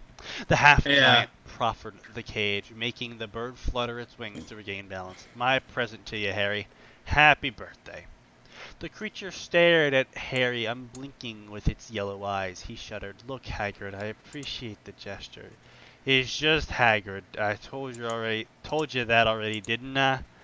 He patted Harry on the shoulder with his free hand. He winced, knowing things were about to get awkward. Right, Hagrid. Thank you for the gift, but how should I put this? I don't really want an owl. Don't want her? Hagrid's jaw hung open. Owls are dead useful, they are. How else are you gonna write to your friends over the summer? He shrugged. I'll just text them or something. So we're clearly in the 2010s. Okay. No. Dude, come on. This could be like 2000. This could be like 2008. I have a very skewed timeline of cell phones and smartphones in particular. I didn't get a smartphone, like a touchscreen smartphone, until freshman year of college. I had a flip phone. Yeah, okay, but Sneaky, I had a flip phone. I had a flip phone. I got my first... So I had a flip phone starting my junior year of high school. Yeah, no, I got my first cell phone. It was a Nokia flip phone, by the way. Yeah. For me, it was a Razor. I got my first. My first phone. It was a flip. It was the good old Razor flip phone, and I got that. Yeah, I got that at the start of 6th grade because that's when I was doing extra. I was doing after school stuff, and so if I couldn't get a ride, I needed to be able to call one of my parents. Indeed. But I mean, people did plenty of texting back then. 33334 5552.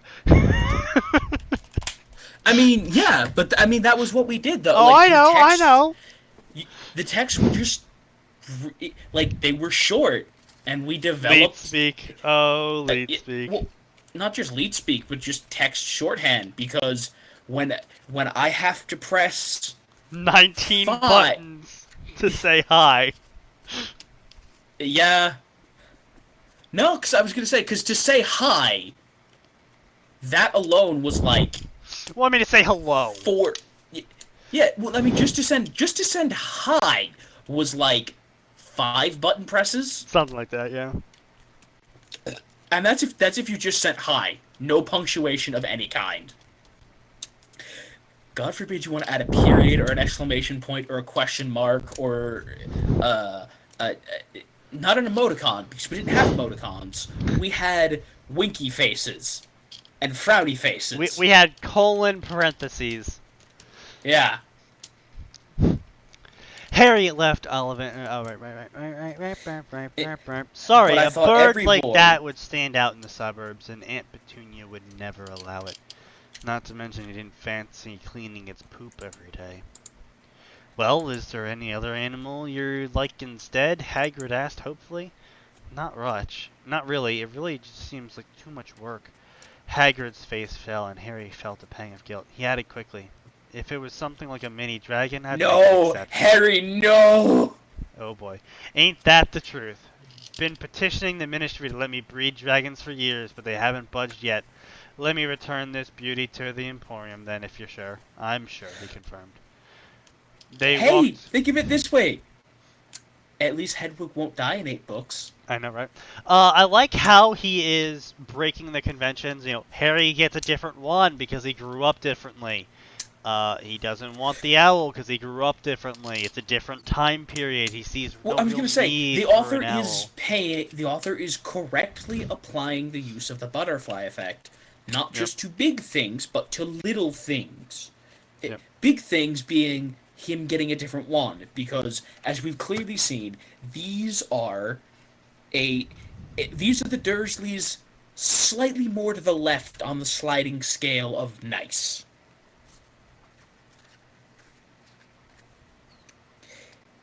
So yeah, he's not quite as mad or quite as bitter about things. He also seems to be a little bit relentlessly happy-go-lucky because he didn't need to be. Yep. After they left the loud and smelly owl shop, Haggard stopped and stared at the younger wizard, frowning and scratching his beard for a good minute before perking up. How about a nice trunk? Everyone needs one. They went to a boutique down one of the side alleys where Hagrid got him his... Not boutique. Boutique, not boutique. Whatever. Exquisite leather trunk enchanted to open only when its owner gave the correct password. Harry had a hard time figuring out the wizarding currency, but judging from the shopkeeper's obsequious? Hold on. Obsequious? Is that what you mean? Yep, obsequious. This model was quite expensive. If young sir would kindly place his thumb on the handle, Harry obliged, eager to leave the shop and its fawning owner. He jerked his hand away a second later and stared at his bleeding thumb. Ow, bloody thing stung me, he said incredulously. Hagrid boomed a laugh. Blimey, Harry, didn't you ever think to warn... Didn't even have time to warn you.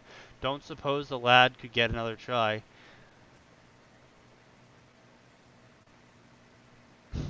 The spell is quite permanent, the shopkeeper said. Top-notch security, you understand. Harry popped the sword digit into his mouth. What are you on about? Much like the geek, this won't be a serious story. Some familiarity with anime might be necessary to enjoy it. M for language and violence. Oh boy! Yeah. So yeah, no, this is definitely a story that I would follow. Let's see, what other shit does he got going on here? Harry Potter the Geek. Let's see, he's got a description for it here.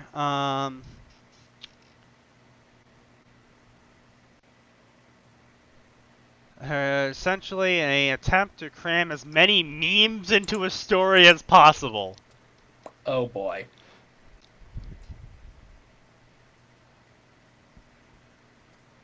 Oh.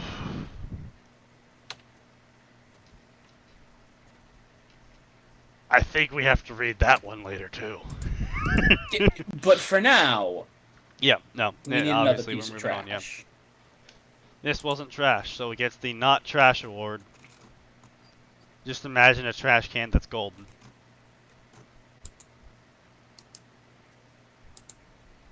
Fanfiction Tuesday. Like No. I was gonna say, just imagine there's a coffee table and a trash can. This goes on the coffee table. Just in general, I think I want to follow this guy's stories. They look like a bunch of one-shots, but I definitely, he definitely seems like a funny man. So I'm gonna drag this off to the side for later. Yeah.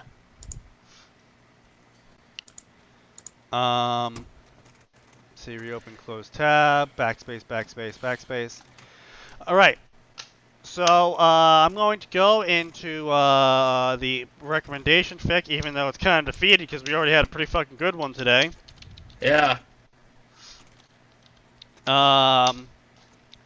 Today's recommendation is, well, this month's recommendation is Windshear by Chi Lord. Chi Lord, as you can see in his author's note, is an actual author. He has published books. Oh, we got ourselves a fancy author. You probably never heard of him, and his original fiction is a bit trash. I wouldn't say trash, but there's definitely some cliches going on there. I've obviously never read it, so I couldn't tell you if he's doing it on purpose to break the cliche, or if he's mocking the trope, or etc. But it's enough that he is comfortable coming back to fanfiction to continue writing fanfiction for free. And being an author is his job. So I would assume, since he's not desperately working on another book to publish, that he's making some sort of income off of it. Yeah. Anyway. Chi Lord is a special treat for everyone who's reading fanfiction, specifically because he only posts either one-shots or completed stories. Oh, interesting. When he writes Yeah, he's one of the few authors that does this. When he writes, he completes his story, and then posts chapters, like, every couple of days, to a week. Mm-hmm. Or it's a one-shot. This is his first, newest story. That's not a one-shot. And it's also his return to the fanfiction community after a couple years of writing and publishing books. Hmm. It is a post-canon, so epilogues almost gonna happen, Uh-huh. but shit goes down. He ends up, he joins the Auras instead of getting married to Guinea. Ends up on a international joint mission, facing some bad guys, messing with time, and ends up in the past.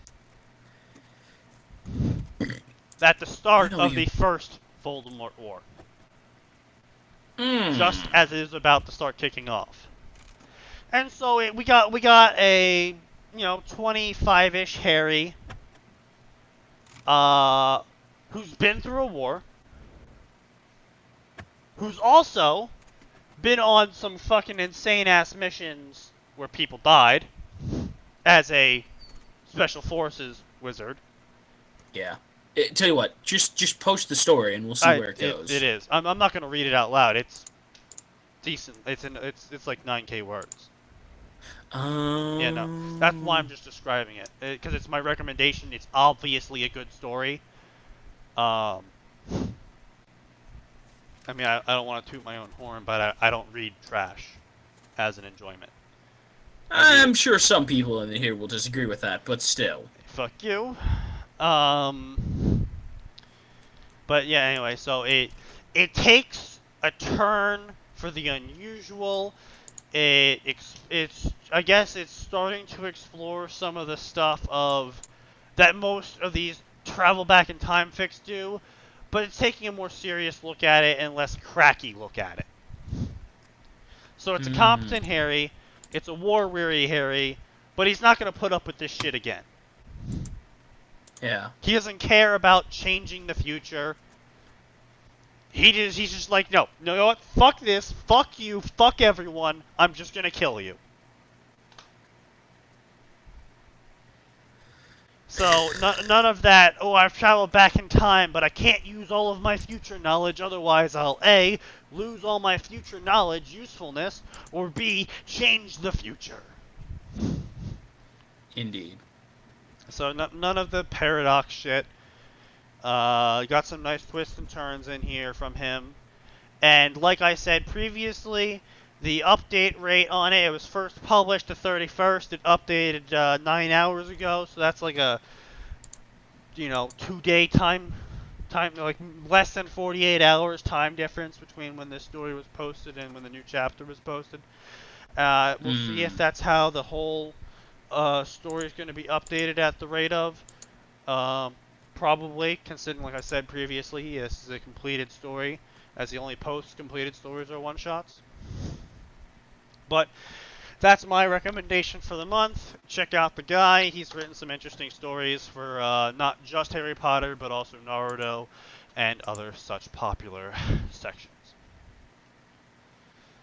I'll include the link in the YouTube version of this stream, as that's the only one that's being saved. Alright, so now we move on to part 2 of Fanfiction Mark Theater 9000.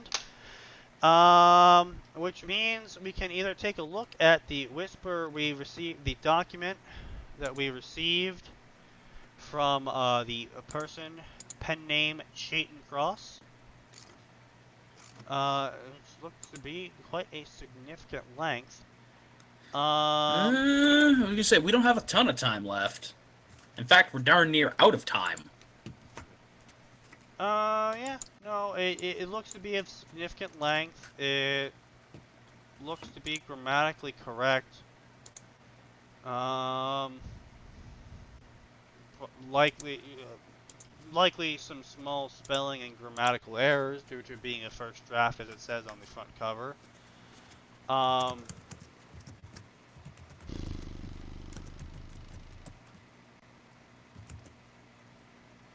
I'll include the link once more if anyone wants to view this story in the YouTube version of this video, which you can reach easily by simply clicking on the YouTube logo, or our YouTube logo, in the panels down below.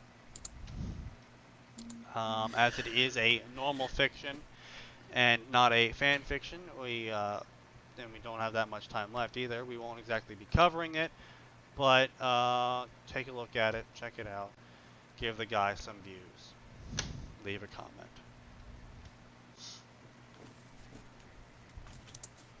Good shilling. I'm not being paid for it. I was gonna say, Sneaky, that's another button we need. A shilling button. Indeed. Just have it rain actual shillings on the screen. You mean shekels? No. Shillings, like British shilling. Although I suppose we could go with shekels. But the shilling was a thing.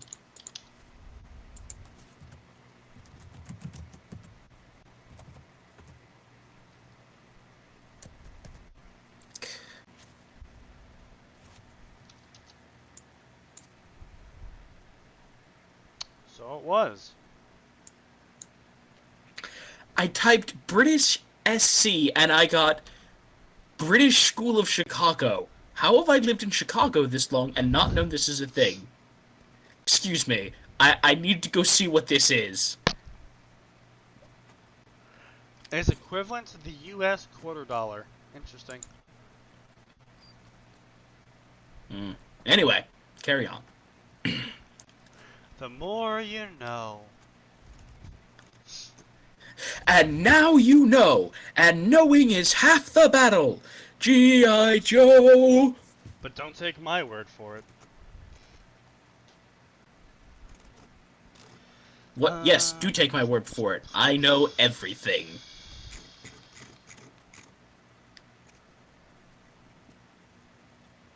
Scorpius times Rose. So what? Draco's kid times Harry Potter's kid? Well, at least it's not some sort of gay incest soul bond fic. So, good for you. I was gonna say.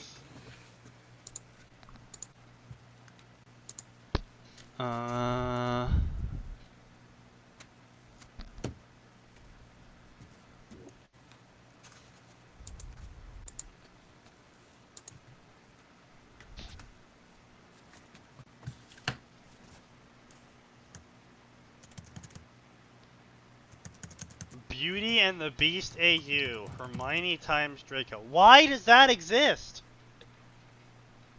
Probably because Emma Roberts played Beauty in Beauty and the Beast. Fair enough statement. But still! Why a Beauty and Beast AU? Why not just go make a fucking Beauty and Beast fanfiction? Why has it gotta be Harry Potter, but it's Beauty and the Beast?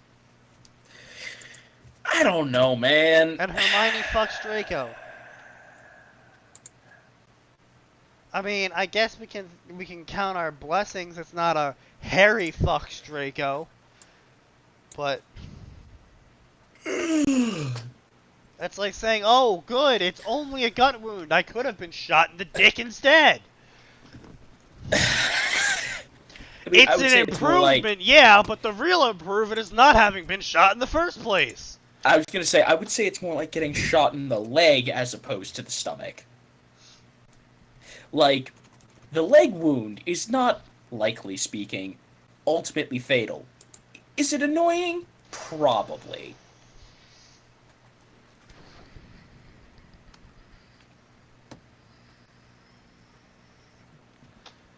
Well,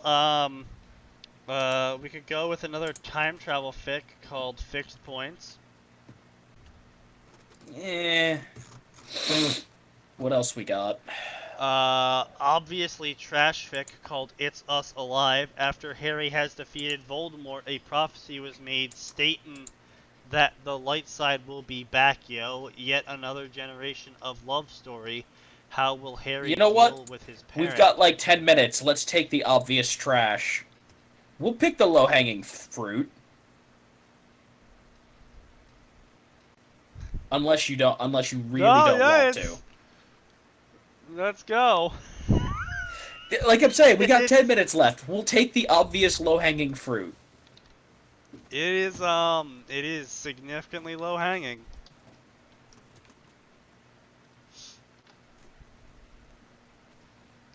Ministry of Magic, head or office. There sat a raven-haired boy pacing his room. It had been over a year and a half since a prophecy was made. On the table lay a piece of parchment lying. The prophecy was written on it.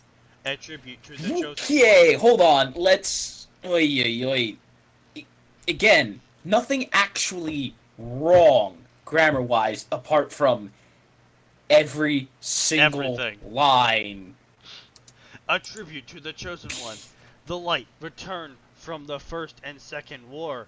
The curse returned. His mentor returned. The Master of Death is being rewarded.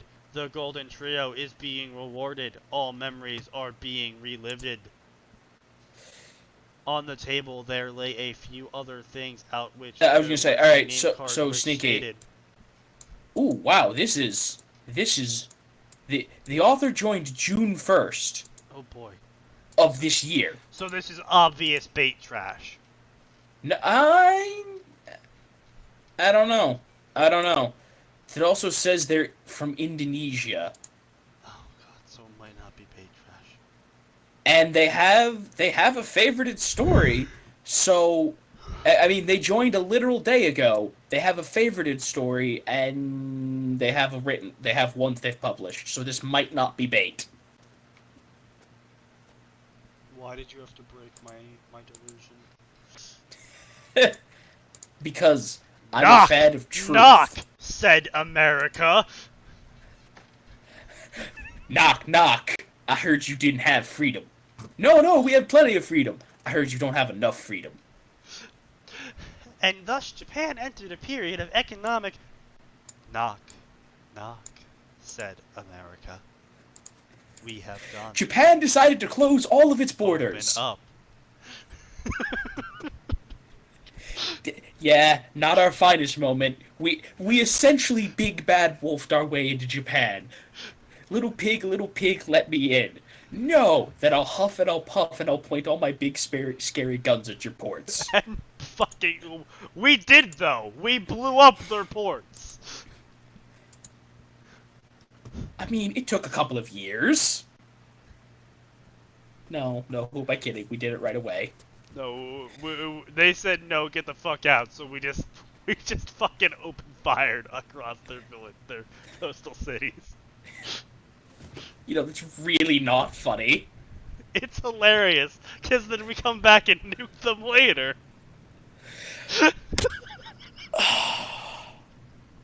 Oh my god, you're a walking PR disaster.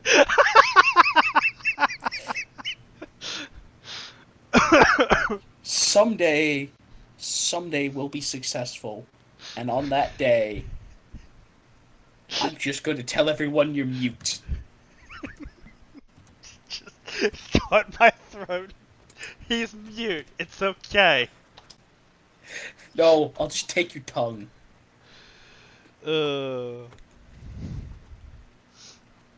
Come in through the... We knew. Oh, okay. Okay, it's out of my system. Oh my gosh, you're such a terrible person anyway. Through the door, a red head appeared. He was panting. It was Ron Weasley, Harry's best mate, his first friend. Harry... Why is that in single... Wait, why is that in single quotes? We'll probably find out. Harry, Hermione's parents were found, Ron said. Whoa, Ron, that's brilliant. Somebody's trying to British too hard. Harry said, coming out of his thoughts, but Harry, They disowned her. Well, that was just Hermione feared off. It had been over 12 years since their memories had been obliterated. Harry had always blamed him after for the events of the war. For the effects of the war. Had always blamed him for the after effects of the war, though Ron and Hermione had always told him he was not to be blamed. Oh, they're saying he always blamed himself. Yeah. Like I said, I don't think this is bait trash, boy. I see. Because of how English do, I thought they were talking about Ron, him blaming Ron. It had always been Voldemort's fault. He would still be blaming him, but there was a so-called redhead who always talked him out of it. Ginny, that was her name. Wait, so-called? So, does she... Are we alleging that she... Well, I mean, maybe she has a soul, since Voldemort was clearly sucking it, so then her status as a redhead is clearly in question. You're a terrible human being.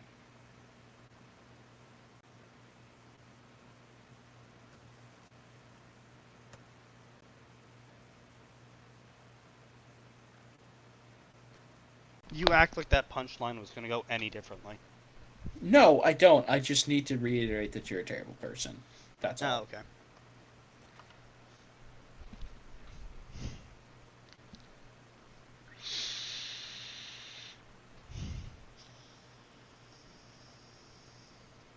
Oh, okay.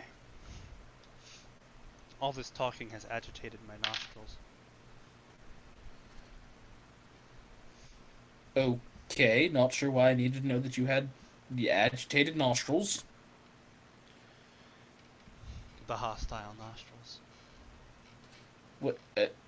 No, that's very weird. Please don't Harry, do that mate, again. we Anyway. need to get to her. Ginny is with her now. Ron had got him out of his thoughts. Yeah, Ron, come, let's leave. Okay, Potter Manor. so Harry's the head order. Fine, whatever. It's 12 years later, so yeah. Why is Ron suddenly busting into his office? Like, Because Hermione is sad. yeah. Anyway, we got 3 minutes. Yep. Let's wrap the trash. Let's get through the trash. It was a calm place with one bushy-haired girl sobbing and the other red-headed girl comforting her until the flue burned green and 2 men appeared out of it. Hermione, come on, we can talk your parents into it. You are not the one to be blamed. You cared for them. There's a distinct lack of commas throughout this whole story. Yeah. Don't worry, I'm sure they'll understand. Harry You're said, adding words there. I know. It's just, don't worry, I'm sure they'll understand. Harry said to the bushy-haired girl, "Oh, Harry, I've been telling her this for quite some time. Ginny, where are the kids? They are at Burrow, including Rose and Hugo. Mom and Dad are..." Why did they suddenly stop capitalizing things? I don't know. Mom and Dad are with the not to worry. Ron answered. So it is it then. Hermione, come, we will leave to your mom's place. Nothing to worry, I'll explain them. Harry said in his oral tone.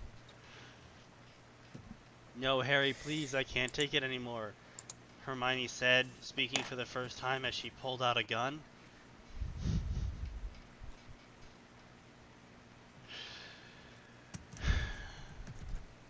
Not today, old friend. Hermione Jean Granger, I said come!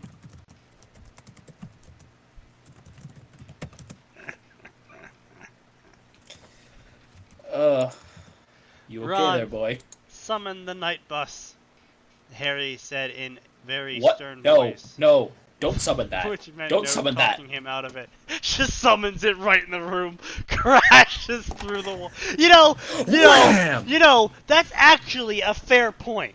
Why did no one ever think to do that? Oh shit, I'm in a bad situation. Summon the night bus.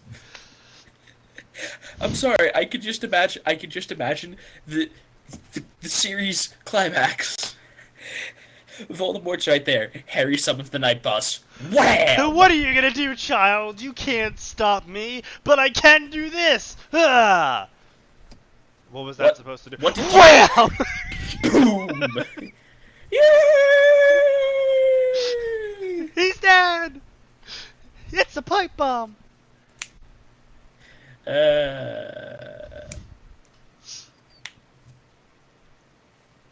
Harry knocked the door and was soon granted permission into the house after a lot of talk that we're just gonna completely skip. Harry took most of the evening explaining the older Grangers. Uh-huh.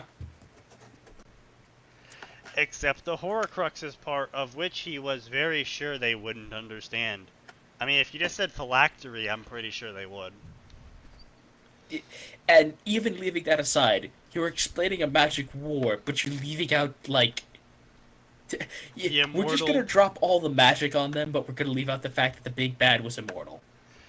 Later, at 8:30, the older Grangers looked convinced. Like, the main part of why she, like, charmed their memory away was because she went searching for the magic shit that kept the guy immortal.